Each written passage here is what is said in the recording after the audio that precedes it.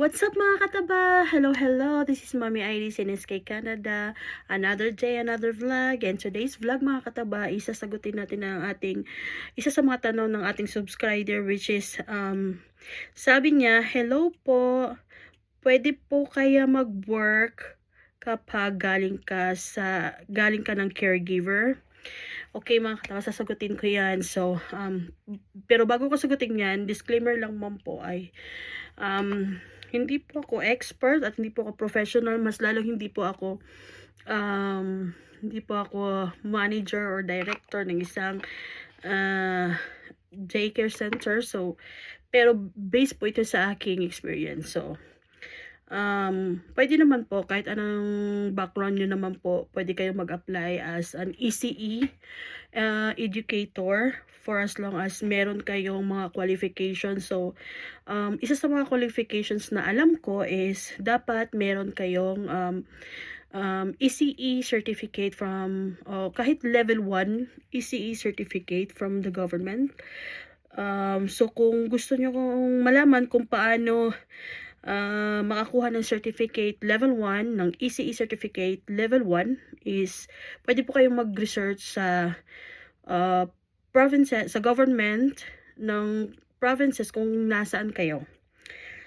So, pangalawa, ang alam ko is kapag meron kayong background, experience, either sa country nyo or dito, mas maganda kung meron kayong experience din dito sa Canada na nagtatrabaho kayo sa isang childcare or daycare center. So, isa din yun sa mga qualifications. Siyempre po, isa to sa mga qualifications like high potentials na ma-hire kayo ng isang daycare center. And so sabi nga, the more credentials you have and the more experience you have is the more chances of getting hired by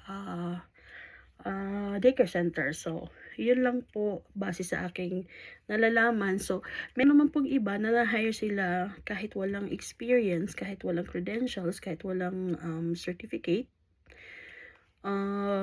through volunteering po. Like ito po ay depende pa rin po sa provinces kung nasaan kayo. So dito kasi mas maraming pumapasok as volunteer sa isang daycare center at nagre-render sila ng volunteering jobs sa loob ng centers for, as far as I know, 36 hours maybe. So depende po sa inyo kung paano nyo siya